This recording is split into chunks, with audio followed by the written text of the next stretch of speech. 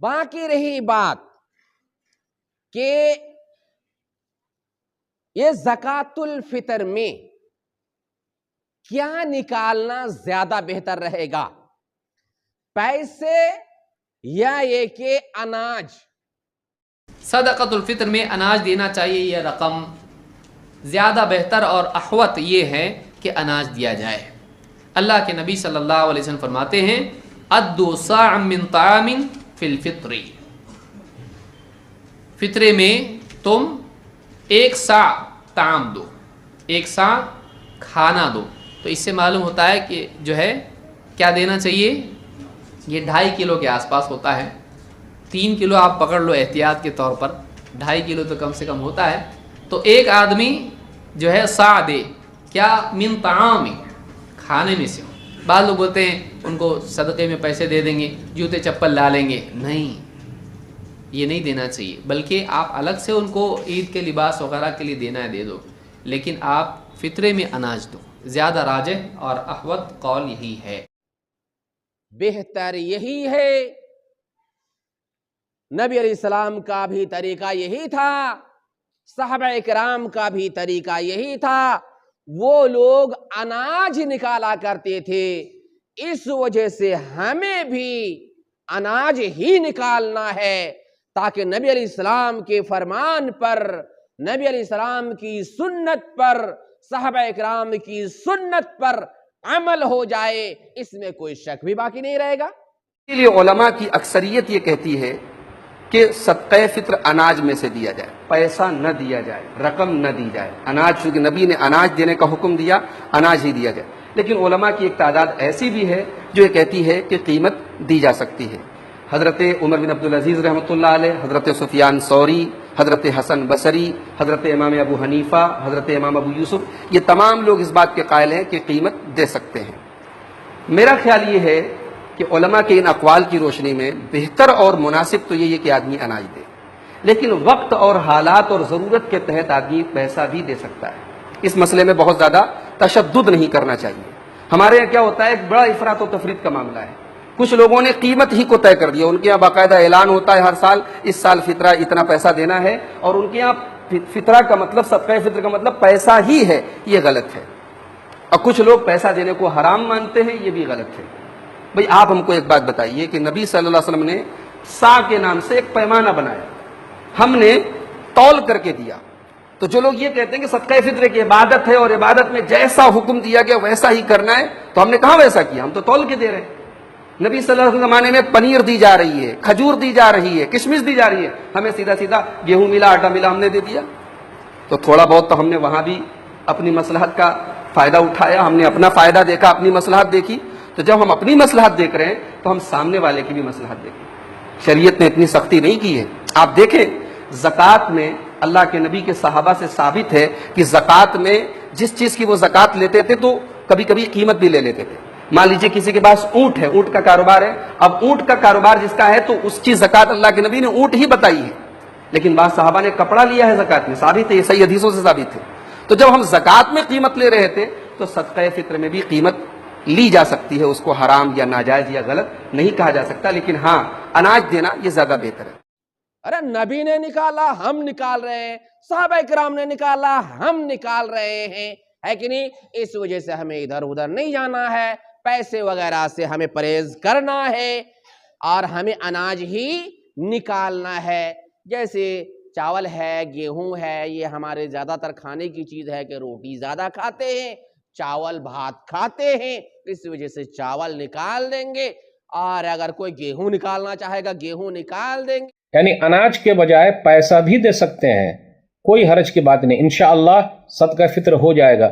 اس سلسلے میں دیکھیے اپنے درمیان ایسے لوگ بھی پائے جاتے ہیں جو ضد پر اڑے ہوئے ہیں اور کتابیں لکھ رہے ہیں، مناظرہ کر رہے ہیں کہ نہیں اناج ہی دیں گے، پیسہ نہیں دے سکتے، غلہ ہی دینا ہے، پیسہ دینا صحیح نہیں ہے، ان کو قرآن و حدیث سمجھ میں نہیں آتی۔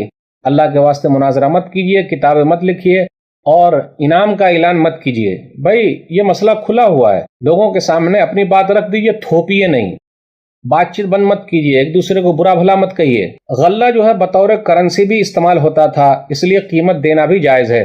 صحیح بخاری کتاب البیوع کتاب نمبر 34 حدیث نمبر 2151 ابو ہریرہ رضی اللہ تعالیٰ عنہ بیان فرماتے ہیں نبی صلی اللہ علیہ وسلم فرمایا من اشترى غنما مسرات فطلبها فإن رضيها امسكها وإن سخطها فوی حلبتها صاع من تمر کہ ابو ہریرہ رضی اللہ تعالیٰ عنہ نے فرمایا جس شخص نے مسرات بکری خریدی اور اسے دوہا، اگر اس کو معاملہ رضامندی والا لگا تو اپنے پاس روک لے، اور اگر وہ راضی نہیں ہے تو واپس کر دے، اور اس دودھ کے بدلے میں ایک ساک کھجور بھی دے دے، یعنی بکری بھی واپس کر دے اور دودھ جو لیا تھا تو ایک ساک کھجور بھی دے دے۔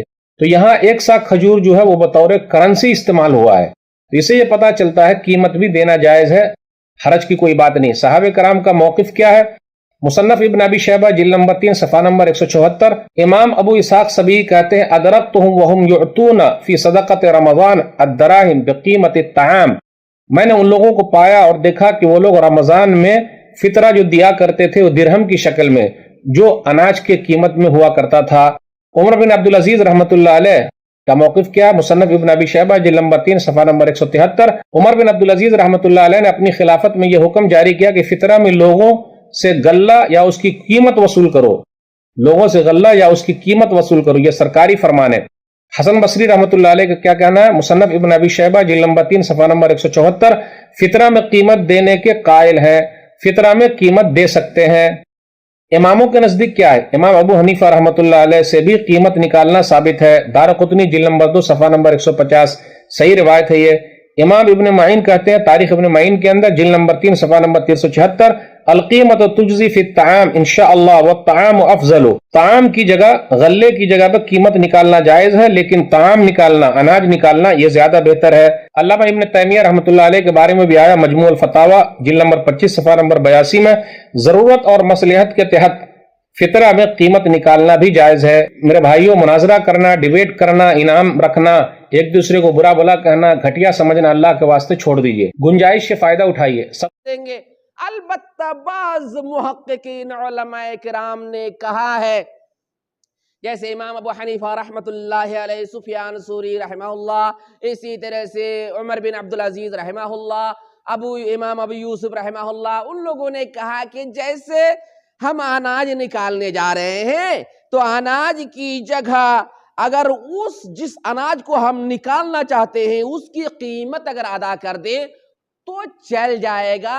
اور اس بات کو بعض علماء کرام نے، بے شمار علماء کرام نے، آج کل کے زمانے کے بھی، انہوں نے کہا کہ جیسے ضرورت ہے، حالت ہے، اس اعتبار سے اگر پیسے بھی نکال دے تو چل جائے گا، تو انشاءاللہ وہ لوگ بھی نیکی پائیں گے۔ اس پر تحقیق کرنے کی وجہ سے کہ کیا نقد دیا جا سکتا ہے، مسئلہ بڑا اختلافی ہے۔ بعض علماء کرام اس کے سخت خلاف ہیں کہ فطرے میں پیسے دیے جائیں، لیکن دیگر علماء کرام اس بات کو جائز مانتے ہیں کہ پیسے دیے جا سکتے ہیں۔ افضل، اولا، بہتر یہی ہے کہ غلہ دیا جائے، لیکن جواز اس کا بھی ہے کہ آپ پیسے دے سکتے ہیں۔ لیکن میں مشورہ آپ لوگوں سے یہی دیتا ہوں کہ اناج ہی نکالیں، کہ نقدی دی جائے، روپیہ دیا جائے یا غلہ دیا جائے۔ بعض لوگ کہتے ہیں غلہ ہی دیا جائے، اگر غلہ نہیں دیتے ہیں تو فطرہ ادا نہیں ہوگا۔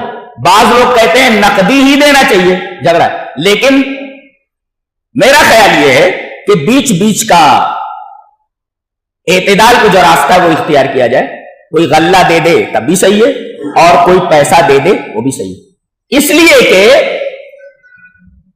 ہم لوگوں کے زمانے میں ہم لوگوں نے خود دیکھا ہے کہ وہ برف بیچنے کے لیے آتے تھے، برف بیچنے والے، تو ہم لوگ گیہوں دے کر کے وہ برف لے لیتے تھے۔ بعض دفعہ تو ایسا ہوتا تھا کہ 1 کوئنٹل یعنی 100 کلو دے کر کے ہم لوگ کپڑا لے لیتے تھے۔ تو گویا کہ گزشتہ زمانے میں یہ غلہ بھی بطور کرنسی استعمال کیا جاتا تھا، بطور کرنسی استعمال کیا جاتا تھا۔ کھجور ہے بطور کرنسی، تو اگر غلہ دے دیا گیا تب بھی صحیح ہے اور اگر روپیہ دے دیا گیا تب بھی صحیح ہے۔ اس لیے کہ بخاری شریف کی ایک روایت ہے جو بہت مشہور ہے، جس کو حدیث مسرات کہتے ہیں۔ بعض علماء نے کہا پیسہ نکالنا بہتر ہے، یہ بہتر والا فتویٰ اچھا نہیں لگتا۔